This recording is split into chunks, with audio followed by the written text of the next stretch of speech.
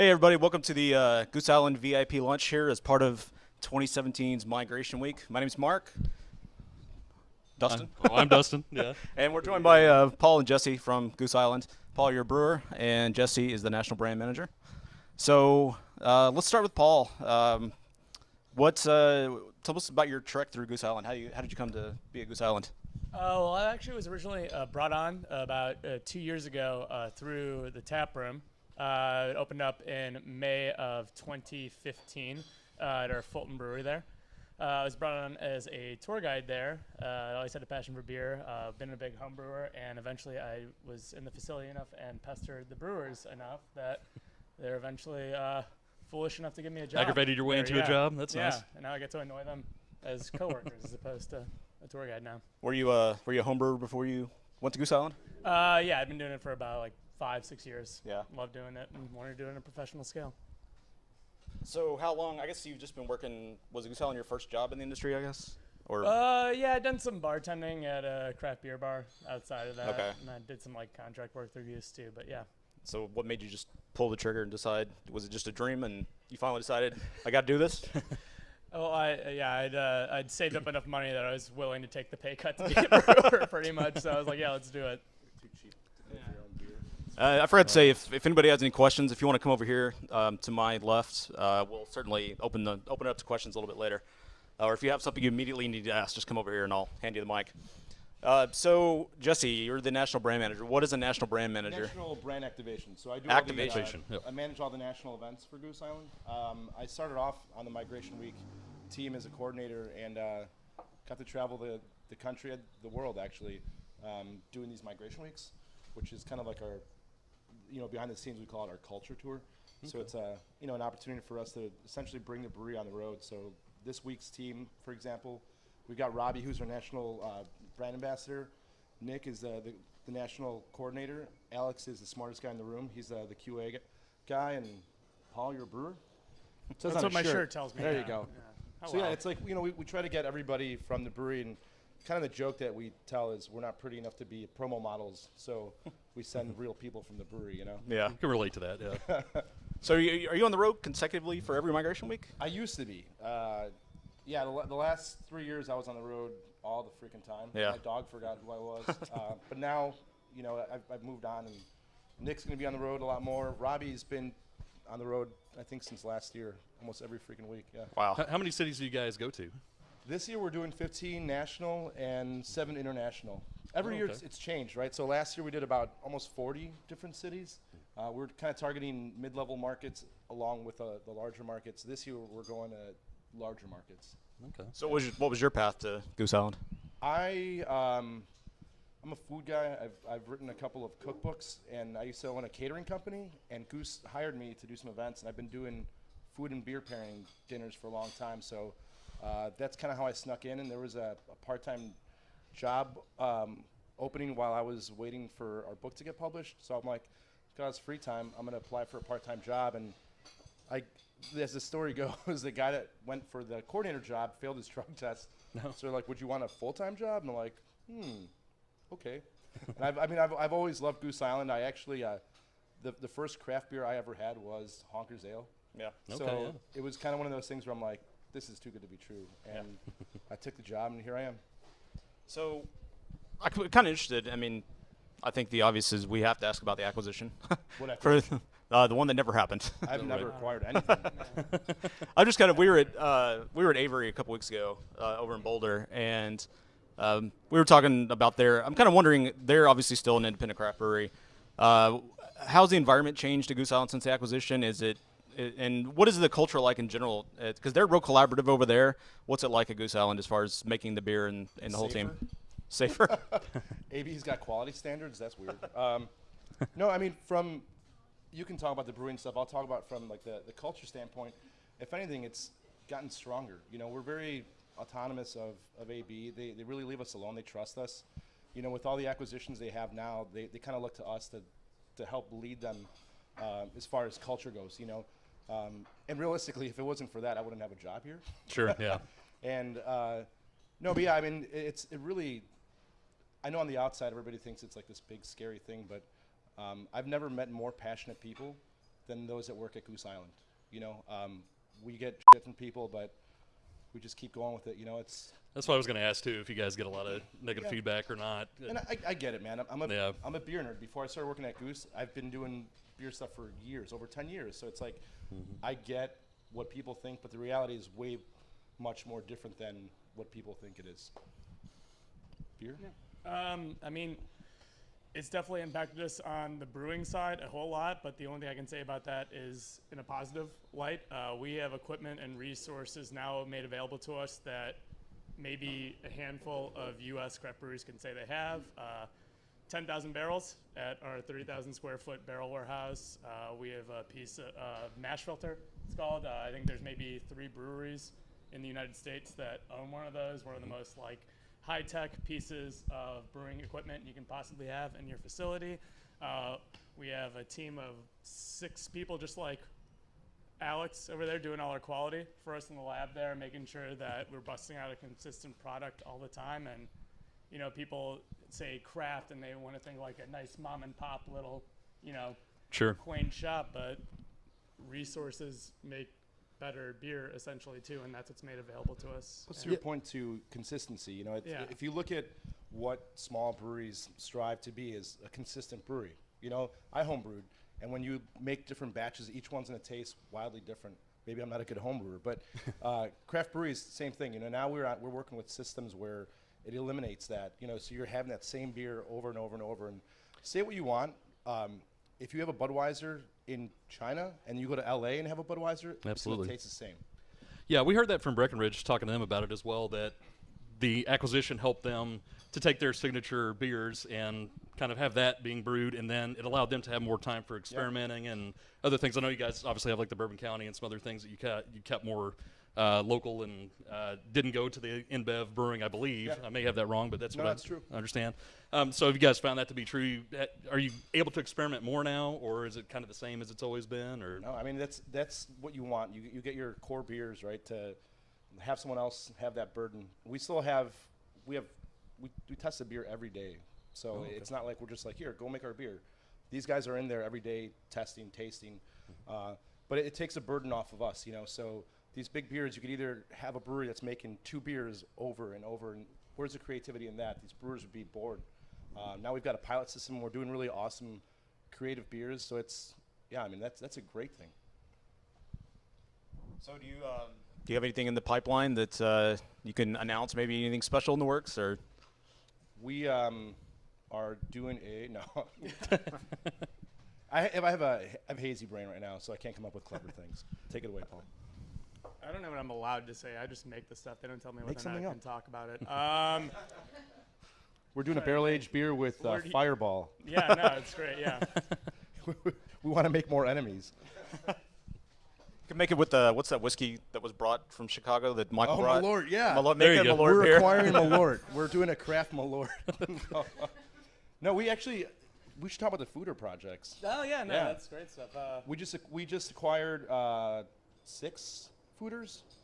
Yeah, I believe it's 6. We actually didn't necessarily acquire them. We brought in Coopers from, I think it was Spain. French dudes. French dudes, yeah. French dudes, Spanish, yeah. Some We they're bought some European French guys. guys. We brought them in. you We bought them? Okay. Yeah. The black market. How much for your French guys? Yeah. Get them over here. Build some barrels. Yeah, we've got some. So we've been working on the foeder project now for 2 years, and we're starting to get beer from the foeder. So that's super exciting. Cooper Series. Cooper Series 2. I think we have some of the Foeder Project beers at some of the events here later this week too, don't we? I believe. Yeah, Yes, we have some we of do, those we do. over there too. If anyone wants to come and check those out. The Cooper Series 2. We've obviously been very revered for our barrel program for a long time now, and people have always been clamoring for us to like expand our offerings there. And we've started. We're going to release 3 beers this year. The first one up was a barrel-aged Scotch ale. It's about 3 months in bourbon barrels there. Really great, well-balanced beer. It's been getting great feedback so far. Next up is another one. We were talking about the innovation side of things that we've been available to do. One of the beers that was done last year by one of our brewers was a bourbon barrel-aged blonde Doppelbock. One of our beers. It should be coming out later this year. Fantastic. We're going to expand that offering. And last one, I think, is what was one of our Fulton and Wood beers. I think it was Real Nice Surprise. Yeah. It's going to be a bourbon barrel aged lactose porter, so like a milk porter instead of a milk stout, essentially. And I think in years to come, the plan is to eventually incorporate other barrels besides bourbon into the program as well. So The cool thing is too, like we're with the Cooper series, you're getting to do different beers instead of just doing like the big imperial stouts. You know, Right. that everybody knows us for, and it shows what else we're playing with. You know, and I think it really shows a range of our brewing, capabilities. What's the longest you've barrel aged something? I know there was one you talked about before this show, the Pappy Van Winkle you aged for 2 years. Yeah. How far out do you plan, and how do you know when it's ready? I guess I know. I mean, obviously you're constantly sampling it, but how long do you want to go when you're barrel aging? Like, what's pushing the limit, or? Well, it's different for different beers. Like, Probably didn't say that very well. Madame Rose is what, 18 months? So that one, I remember when I first started working at Goose, we were supposed to release it, and there was like a big marketing push behind it. And we're like, yeah, 12 months. And then the brewers in the lab go and test it, and they're like, yeah, it's not ready. Yeah. So you just have to wait. You know, it's Kind of play it by ear and see how it's going. Yeah. But purposely, I mean, what's the longest that we barrel age beers for? I think Rare was 2 years. Yeah. Thought about doing maybe a barley wine, doing like 10 years, make it ultra rare. Wow, that would be awesome. Gosh. We did our barley wine. We did King Henry a few years ago with the rare barrel, but that doesn't age for that long. It's only what 4 months. I think no. I think we actually did. I think it was 2 years in those barrels, wasn't it? I think Not it might have King been a Henry. year. I think you're King lying. Henry. Yeah, You're lying, Paul. I do lie a lot about it. Yeah, I think it was roughly like 2 score. We kept it in there. Maybe like no. I'm just 2 kidding. knots. Yeah. How fast are we going? 2 knots. Yeah, I think it was maybe like a year or so. Was it? In there, yeah. But I think the longest is about 2 years because eventually you just get diminishing returns from Yeah. evaporation, other things too. So.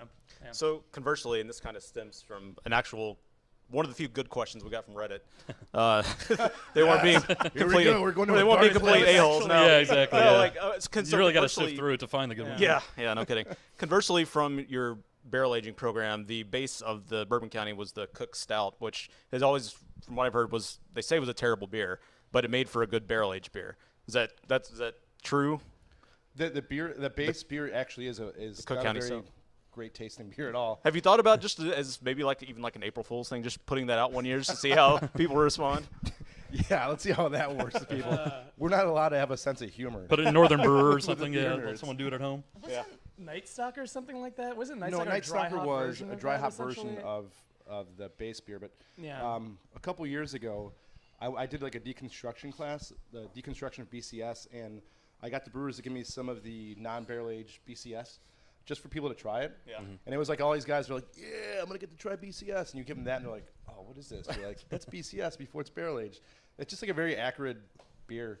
You know, like the thing is, like what I've seen in my travels, like you go to these different places and you have their barrel aged beer, and they're like, yeah, we made this delicious imperial stout. Now we're going to put it in a barrel. And you're like, no, like, Yeah. you don't want that. You want to make a base beer that's going to take on the flavors of the barrel. That's Right. and like you're showcasing the barrel that it's aged in, you know? So this question, I'm sorry to interrupt, but this guy, Tson Die 21 from Reddit, he actually wanted to know, he's a home brewer, and he wanted to know if you would ever release that recipe for the base stout. How much money does he have? Right. Yeah. That's what I figured. We can make it work. We're from Chicago. It's part of the secret, right? We accept bribes. Paul? I mean, the ingredients we've never really kept a secret from anyone there because we've done the deconstruction classes before. It's just, I mean, if he's curious what those base malts are, I'm pretty sure you can even find it online on our website too. But it's basically just Tiro, Munich, black malt, roasted barley, C60, chocolate malts, and I think that's basically about it. Yeah. So there you go. There's the recipe. Yeah, just He get owes your- us make money it. now. Yeah, there you go. Just get your hands on some like 8-year-aged bourbon barrels, through your local Cooper right there. Brew up the stout. And, Your local knock Cooper. knock yourself out. Yeah. Friendly neighborhood Cooper. Yeah. I'll take 2 barrels, please.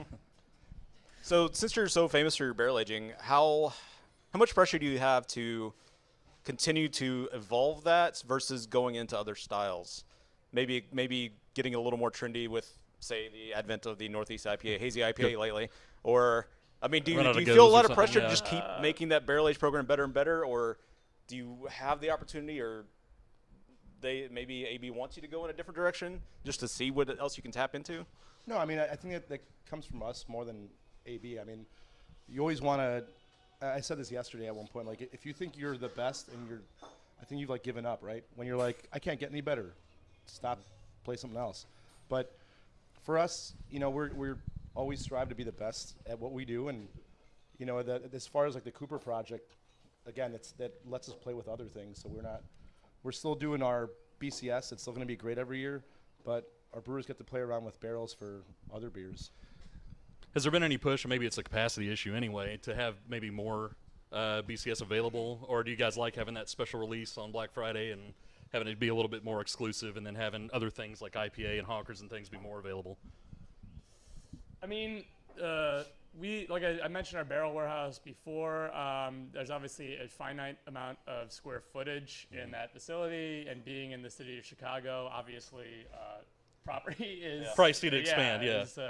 Is eventually gets to a point where we're going to reach maximum capacity there.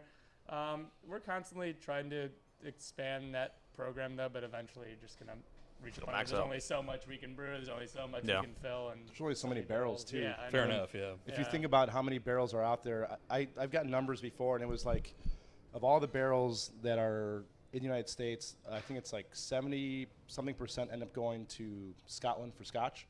So now you have how many breweries in the United States right now? Like more than pre-Prohibition, right? All these people fighting for this finite amount of barrels. Mm-hmm. So we can buy like 20 blocks worth of building space, but if you don't have the barrels, what are you going to do? Like build a cool skate park? True. Are we going to do that? That's a secret. Yeah, okay. This isn't live, is it? No. So this is off the record. Just cut that out, yeah. Have you guys seen any issues with that, with such an explosion of local craft beer everywhere? Have you guys seen any sales issues with having to get shelf space? Or I guess maybe the AB InBev, that's part of the advantage that they have some of that available. But it seems like some of the other larger craft brewers that we've talked to, like Stone, like Stone or Founders, or a couple have said, they're getting squeezed a little more than they used to, maybe 5 years ago or 10 years ago or something. Everybody's feeling it, man. I think it's awesome that there's so many breweries out there. There's so many good breweries out there. So yeah, I mean, it's again, shelf space is like barrel space. It's finite, right? So as long as there's good beer being made, cool. Let them fight it out at the supermarket. We're gonna keep doing our thing, and I mean, we're fighting for shelf space with breweries that we're in the same family with. So yeah. Sure. Paul? I just make this stuff, man. I don't know where it ends up. You don't deal with that side. Meet Paul. I'm surprised you let me talk to anybody on this trip, to be honest with you. So, Paul, where are you on the brewer food chain over at Goose Island? The absolute bottom. Yeah, no, 100%. I don't know where necessarily the food chain or the hierarchy falls there. He's the plankton. Yeah, exactly. I was about to say there. Wherever like the single cell organism falls in there. But no, I mean, we have a lot of new brewers in there right now, which is kind of cool. A lot of people who are chomping at the bit to, cut their brewing teeth there, and it's been a lot of fun. We have it kind of tiered in there, though. So we have brewers up on the hot side, the brew house as we call it, and the cellar, the cold side, handling the fermentation. I'm up on the brew house, making the wort, as we call it, that sweet, sugary water. Yeah. That's going to become beer, but yeah. How many brewers are there? Oh, too many to count right now. I think we are around 25 to 30, somewhere in there, currently between management and the plankton like me. Essentially, yeah. So one question we had from Stefan from the What's on Tap podcast. He's over in the Netherlands. He was wondering when you're going to bring Bourbon County over to Sweden and Denmark and all that. Did we already mention that we accept bribes? Yeah. It gets out there. I mean, excuse me.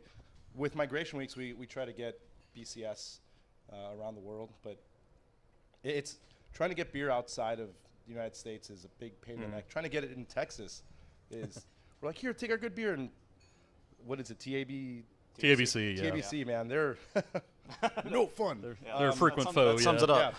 So it's difficult in the States, let alone trying to get it to another country. Right now, one of the things I'm doing is trying to get beer to Asia. And I was actually trying to get some beer in Canada, and they're like, okay, well, how big is this bottle? How much does it weigh? How much does the pallet weigh? How much does the case weigh? And you're like, I'm terrible at numbers, man. Like, forgot about it. I don't know. Jeez. Yeah, it's tough. It's tough. You guys just opened up a tap room in Shanghai, right? We did. Yeah. How was that? How's the planning go into this when you're based in Chicago? Do you have somebody living over there permanently that's one of your employees that's building everything from the ground up and getting plans together and getting through the walls? And I was in Shanghai last year for Migration Week, so you kind of scope out the scene, and then we build a team. You've got guys that are used to, building out things according to Goose Island. I guess we're trying to recreate what we have in Chicago. So you've got to build different teams, and then on top of that, you've got like the brewing team. So those guys come to Chicago and spend some time learning side by side our brewers here, and you release them out, and hopefully they put out a good product like we do in Chicago. Do you see a different demand out there for different types? Like maybe different. I don't know if all the bourbon barrels sells as well there. If it's all the same, or maybe they have a different palate. Yeah, and that's exactly what it is, man. It's a different palate everywhere you go. I was in Mexico City 3 years ago, and we had our lineup of beers, and IPA wasn't really like a hit because their palates aren't used to really bitter beers. But Sophie was a huge hit. They loved it. It's a very creamy, smooth, easy drinking beer. And I went back a year later, and everybody's got this really awesome pale ale now. So it's like, okay, like it just takes time. It's evolving. Yeah. In Asia, it was one of the cool things about being in the AB network. Like our beer gets to be as fresh as possible. I went to a few beer festivals in South Korea and in Shanghai, and a lot of the pale ales that I had, the IPAs were just, you could tell they sat in a storage container at 120 degrees for like too long because you're like, there's That's no always hops in this pleasant, beer, yeah. But our beer, we can get it in there quicker, and it's cool that we can use Goose Island as like that beer that's setting standards and like teaching other countries about craft beer. So like now they're tasting a proper IPA. It's like that's what hops are supposed to taste like. what's the craft beer scene like in Asia? I'm assuming it's an untapped market for all American brewers, obviously, but what is the overall craft beer scene like? It's blossoming, just like Yeah. craft beer everywhere is. If it's not already there, it's getting to be there. There's a lot of different breweries that we visited. Shanghai's got some really good breweries. But yeah, again, like everywhere, you get a lot of these expats or guys from, down there. It's like guys from Australia and New Zealand, having a go at it in Asia, and it's growing, and it's cool because they're learning from the States and trying to do their thing out there. What's their preferred style? That Lagers are always lager. Good pilsners are huge, and again, it's that's going to change. Like once you introduce people to more beer and they get used to it, they're very experimental, and before you know it, there will be a huge IPA craze. Or I don't know about imperial stouts yet. I think those are kind of big beers. I don't know if they're that big yet there. So have you guys thought about, like, Stone opened up Stone Berlin recently. Have you guys thought about opening up a brewery in Europe or Asia? You guys are big in London, I think. That's beyond us. I don't know. Yeah. Above your pay grade, huh? Yeah. I mean, we utilize contracted out facilities through the AB network abroad, naturally too. We should start a rumor right now. Yeah, we should start one right Yeah. now. We in Antarctica, we actually have an igloo brewery that we're starting. They're in very Iceland. soon. Iceland's got we're the- saving so much money on cold storage, though. It's unbelievable. Yeah, it pays for itself essentially. The shipping's terrible, though. Yeah. That's Buildings even- are heated yeah. with whale blubber. Yeah. All right, well, so we'll get into, like, miscellaneous questions here. Again, if anybody has any questions, come up here, and we'll certainly open it up to anybody who wants to. But so Josh, the host of the Interbrews podcast, want to know how much backlash you saw from the Budweiser Super Bowl ad. How much nut kicking did you get? I'm fine. Yeah. I was good. Everything's No still more nut intact. kicking than usual, just like this usual amount, standard amount of nut kicks. How much backlash do you see in person versus? I mean, obviously online is a cesspool, but It's easy to be hidden, Yeah, yeah. it's always negative. It's always outrage culture. But how much do you see? Do you get any in person? I mean, people coming up to you and We're scary dudes, man. Not a lot of people Yeah. are like, "You suck." They think I'm gonna stab them or something. I don't know. Not a lot, really. Like that's the thing. It's at the end of the day, I'm like, I get it. You're frustrated. Everybody has this ownership to something that they really care for. Right. So, but when they're in person, they get to meet us. They're like, "Oh, you're not all complete idiots," and like you are passionate about beer. So then we open a bottle of BCS or something else. Then they're cool. We're like, "Here, dude. I know you're angry. I'd be angry if I was in my mom's basement too all the time. Right. Here, have this beer with me. So, yeah, like online, of course, you've got the trolls. Everybody's going to take shots at us. Yeah. It's like that test, like when you can shock someone, and if there's a barrier, people go crazy to level 11. Once you remove that barrier, people are like, oh, I'm not going to hurt you. They take shots at you, and yet they line Yeah. up for BCS. Yeah. We'll take it. That's fine. Yeah. Yeah. And then inevitably somebody will say it's a drain pour beer. So Yeah. we see that all the time. Then I give Paul's number out. I'm like, here, call this guy, man. Is your screensaver the Matrix? It is. Okay. It is. All right, I was just True making nerd sure, fashion. Right? Yeah. Okay. Right. Cool. So for each of you, what was your first beer? Not craft beer. What was your first beer? I think first beer, maybe Ever? a Yingling. I think. I think first craft beer was probably like a Sierra Nevada in like a fish parking lot or something like that. I don't know. Yeah. I should not have it. I meant. I was smoking Sierra Nevada, man. Playing hacky sack with the bros. Right. Exactly. Yeah. We just call it hacking. I honestly think my first beer ever was an Ice House. That's a pretty good one, actually. Yeah, because we're like, what percent alcohol? I couldn't even do math back. I can't do it now. I'm like, I think that's a lot. Let's drink it. You have to do, it just says it. There's no math. I think it just says you just Gets read you. it. I think it says Yeah. gets you drunk, Yeah. dude. I'm like, all right, cool. Calm a dude. All right, let's do it. So outside of your own brewery, what would you say is your favorite brewery? Oh man. Can I? How do I answer this? Well, Coach me. Where's my? I would say Okay. use an AB InBev brewery. Oh yeah. Oh, okay, yeah. Great. There you go. Yeah. We have to. or Someone we're else in the family. Yeah. I'm Chicago, texting our PR like woman. let's do this. Let's do Chicago and then national, and then Perfect. international. Okay. Three All of them. right. All right. I can do that. I can do that. Welcome to the Jesse Show. Chicago. I'm really. There's this new upstart that they're actually very new, and I'm usually like not. I usually like have to wait a few years before I'll like try a brewery's beer so that I kind of figure it out. But there's a brewery called Dovetail in Oh, Chicago yeah. that makes some great traditional German beers. They have this Rausch beer that's unbelievably good if you like smoked beer. They're great. So yeah, they're Chicago. They're one of my favorites. Yeah. The Guile. There's so many good breweries in Chicago. Yeah. Weiner Brewing. One of our former brewers went off on his own, and he's doing these really good barrel-aged Belgian beers. He's canning Belgian beers. It's pretty awesome. He does really good stuff. Weiner Brewing. But yeah, I think I'm gonna go with Dovetail Yeah. for Chicago. They're great. National. National. Oh man. I mean, I guess it's another alum too through there, but I think Firestone Walker just makes Oh, yeah. some of the best beer out there, and we always like to claim that Brindleton used to be one of ours over at the brewery there. Right. So I guess that's kind of fair to do there, but Are we becoming best friends right now? Yeah. Because I love Firestone Walker is awesome. Fremont's also really good in Seattle. But I'm gonna The alum beers, strangely yeah. agree with you on Firestone Yeah. Walker. What's happening? It's when you locked eyes and knew you were in Yeah. love. There you go. Yeah. it was true love. International Even closer now. beer buddies. Let's yeah. see. If we get the third one, if we get 3 out of 3, we're in love. International. Okay. I think I'm gonna have to go Belgian with that, and I think probably one of my favorite beers out there is probably Rodenbach Grand Cru. I'm gonna go Ooh. Rodenbach. Ooh. Yeah. I was gonna go Westmall. You're gonna go Westmore? Or Alright, that's Rochefort. fair enough. Yeah. Surprised nobody said Cantillon or Yeah. Yeah. Yeah. Yeah. Great. Yeah. Good. drain pour, right? Yeah. Good job. Right. Of course. Yeah. Oh, they make beer? No, just kidding. So when you're both not constantly on tour, I know Paul, you're They usually just- not on tour. Yeah. Keep me in. I'm curious. I'm curious what your day looks like as a brewer and as a national activation brand. whatever the phrase was, I can't remember now. Whatever fancy National brand title activation. AB gave me. Guy. Yeah. Oh yeah. Average day at the brewery, usually like a scrub brush in hand and just like.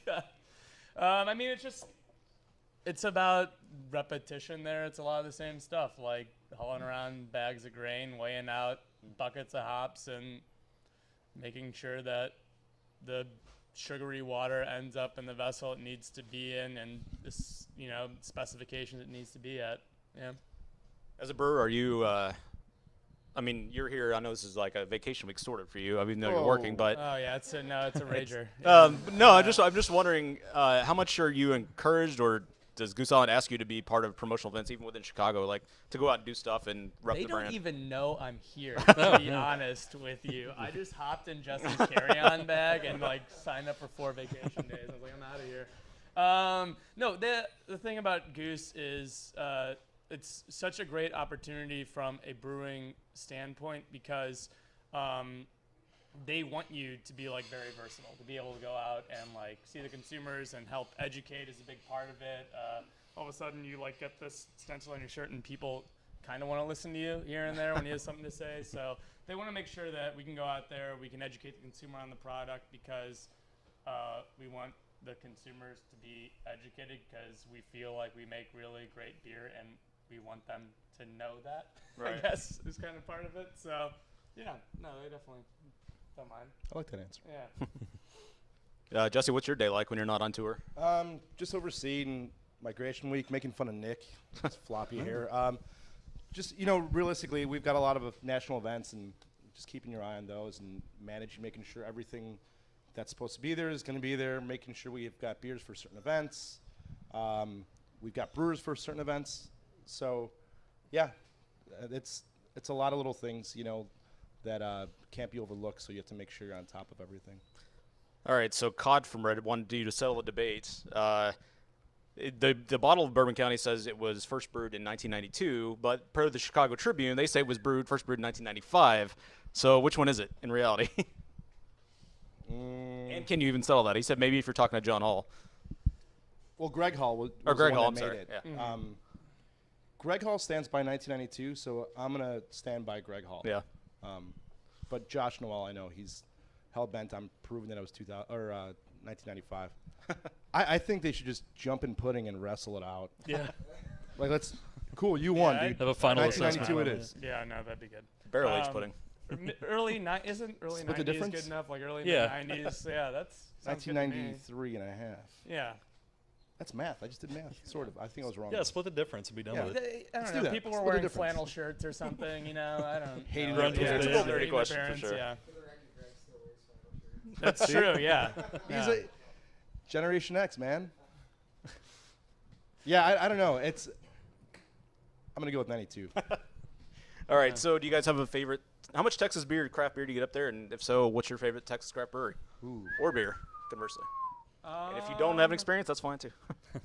What was well, we just Karbach just joined the family. They got some great beer too. Obviously, that's why they were put in the AB network too. They have a great Kolsch, great Pilsner. That Kolsch is amazing at Love Street. Yeah, that was really good. I mean, Jester King's got some good stuff too. Some good sours coming out of Austin there too. Hops and Grain in Austin's really good too. Independence. I didn't try their stuff when I was there, but yeah. Independence has that White Rabbit that's really good. Oh yeah, no, the beer is good. That's tasty. Obviously Shiner. Sure. I don't know. Oh, I shouldn't say that. Yeah. Just kidding. Yeah, but I've always liked Karbach. We got to visit them years ago, and it was cool for them to join the family. But we were in Houston 2 weeks ago, and I seriously fell completely in love with Love Street. I'm in love with that's a good Love. one. Yeah, that's a good one. We snuck some of those back home to Chicago, and we're trying to pull we're in the family card and have them send it, but it's not that easy. Still never had that. I guess last question, unless somebody else has anything you want to ask, but what's your favorite style of beer? Is it stout or IPA, something Or does it completely vary random? depending Does on it what's vary going depending on? on the season? It would be unfair for myself to pick one favorite style. I gravitate towards Belgians, but there's really not much beer that I don't love. Yeah. To be completely honest, I'm falling back in love with IPAs. We broke up, started seeing other people, and now I'm kind of like, hey, maybe give me another It's such chance. a big push for a while, yeah. Yeah. They had to take a break. I'm coming around again. I've changed. Yeah, I don't know. If it's a good clean Pilsner, I could never turn it down. It's probably the most drinkable beer I have, but I've always been a hophead too. I started drinking beer because I like IPAs and I still like them. So yeah. Is there anything that I guess? Well, let me ask this: at Avery, they actually allow them to drink on the job as long as they're not being dangerous. How is it at Goose Island? Are you allowed to drink and be Drinking cautious? on the job? We're allowed to analyze Analyze. on the job. Quality test. Yeah. No, I mean that actually is part of it. We do have a taste panel held daily to make sure that the beer is of a quality standard to be sent out the door.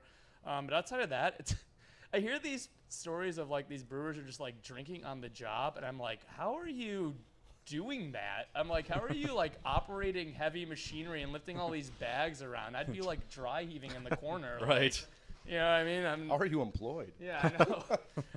But yeah, especially in like the summertime, that brewery gets to be like 110 degrees. It's like, yeah, if you want to die of dehydration, have fun. Yeah. But yeah.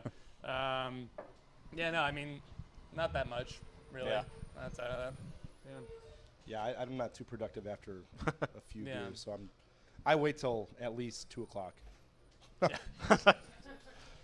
All right. Well, let me actually just thought of this too. So I'm always curious, is there one beer that didn't make it out of the brewery that you really wanted to see succeed, something new that you had to end up maybe dumping or